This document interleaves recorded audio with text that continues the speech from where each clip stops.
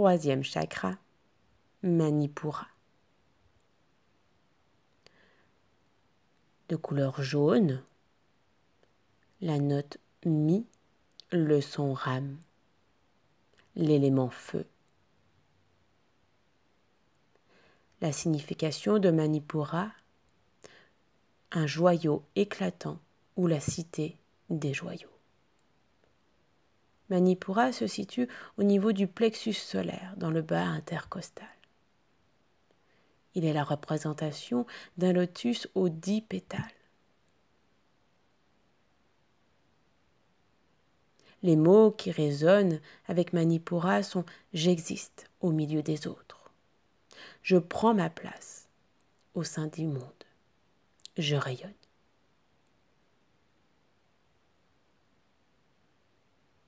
C'est le chakra qui active l'énergie de survie.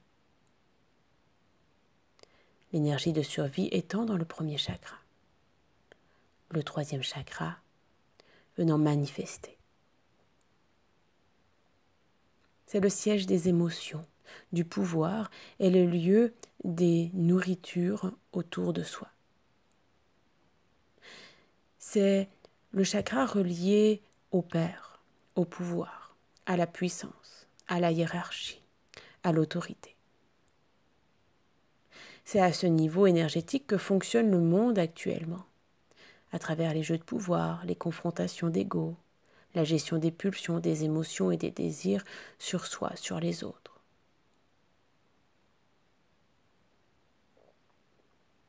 Le rôle du plexus solaire est de laisser vivre les émotions, afin qu'elles ne se cristallisent pas, car les émotions sont la vie. Ce chakra nous aide à digérer les soucis, les stress, les émotions négatives.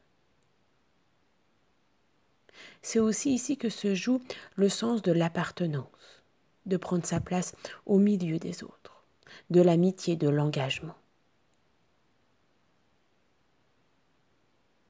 Un bon fonctionnement de cette roue énergétique apporte une confiance en soi, une puissance de vie, une verticalité et un équilibre entre la matière et le subtil. Ce chakra est lié à la conscience de notre propre valeur et à notre pouvoir personnel. Son énergie nous aide à nous sentir dignes, décidés, confiants.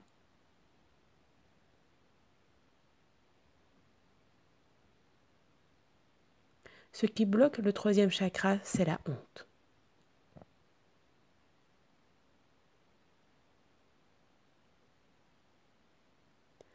Un bon fonctionnement de ce chakra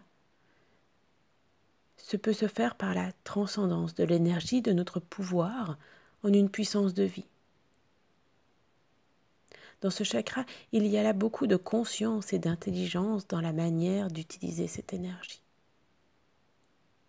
Une autre manière de pouvoir libérer ce chakra est par la libération de nos schémas et croyances de honte.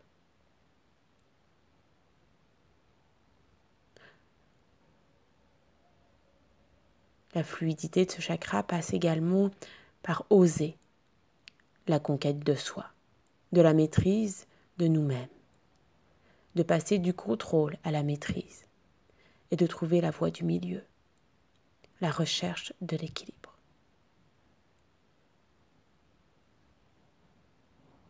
La libération de ce chakra passe également par se reconnaître dans tous les archétypes de ce chakra. Le bourreau, la victime, le sauveur, afin d'avoir l'humilité de s'en désidentifier.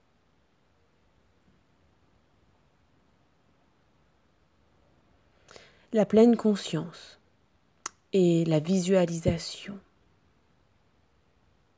de mettre l'esprit dans la matière est une autre manière de refluidifier ce chakra. Ce chakra est vraiment une porte initiatique entre l'esprit et la matière. Ce chakra se déploie plus particulièrement chez l'enfant autour de ses 3 ans,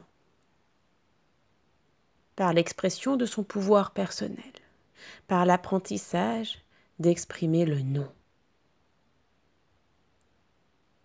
Dans l'apprentissage parfois du refus de prêter, de sa notion de possession, dans la manière de vouloir s'identifier à travers ses habits, dans l'appropriation de son pouvoir personnel.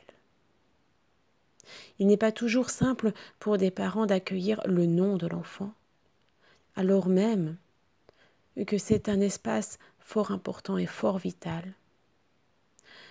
Dans l'apprentissage, dans la conscientisation et dans le déploiement spirituel, affectif et physique de nos enfants.